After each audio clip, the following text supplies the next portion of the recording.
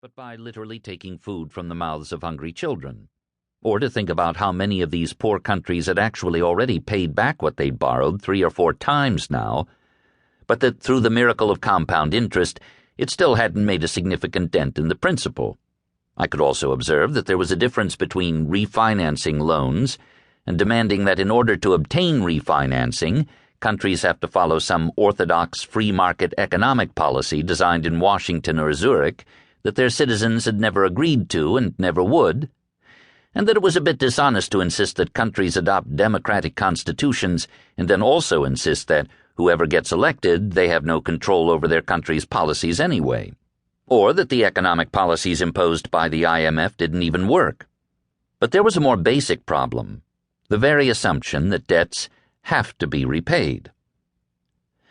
Actually, the remarkable thing about the statement, "one has to pay one's debts," is that even according to standard economic theory, it isn't true.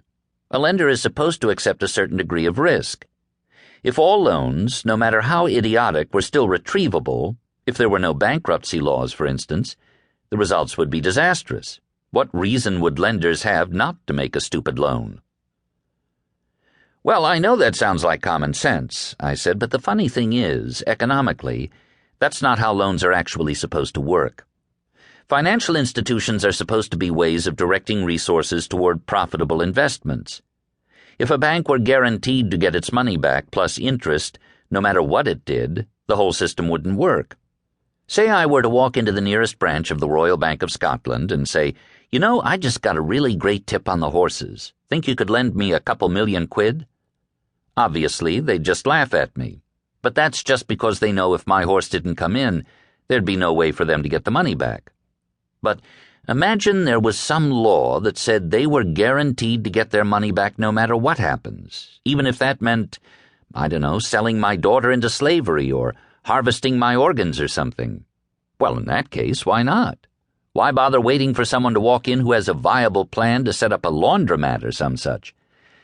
Basically, that's the situation the IMF created on a global level, which is how you would have all those banks willing to fork over billions of dollars to a bunch of obvious crooks in the first place.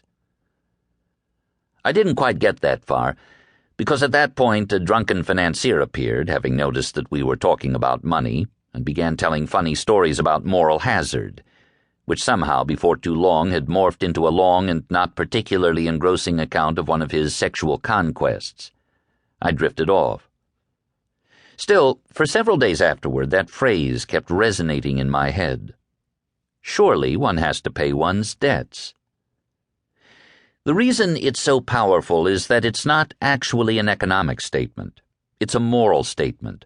After all, isn't paying one's debts what morality is supposed to be all about?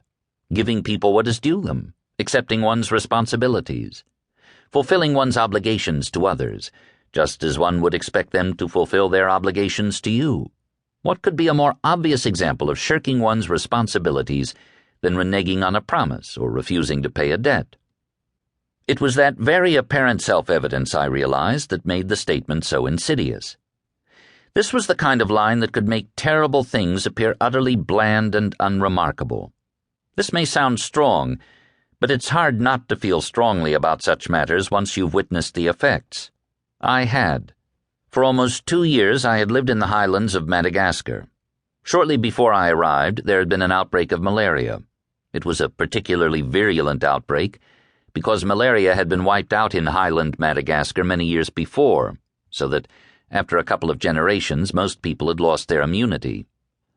The problem was it took money to maintain the mosquito eradication program, since there had to be periodic tests to make sure mosquitoes weren't starting to breed again, and spraying campaigns if it was discovered that they were. Not a lot of money, but owing to IMF-imposed austerity programs, the government had to cut the monitoring program. 10,000 people died. I met young mothers grieving for lost children. One might think it would be hard to make a case that the loss of 10,000 human lives is really justified in order to ensure that Citibank wouldn't have to cut its losses on one irresponsible loan that wasn't particularly important to its balance sheet anyway.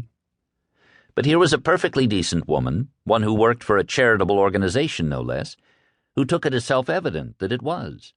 After all, they owed the money.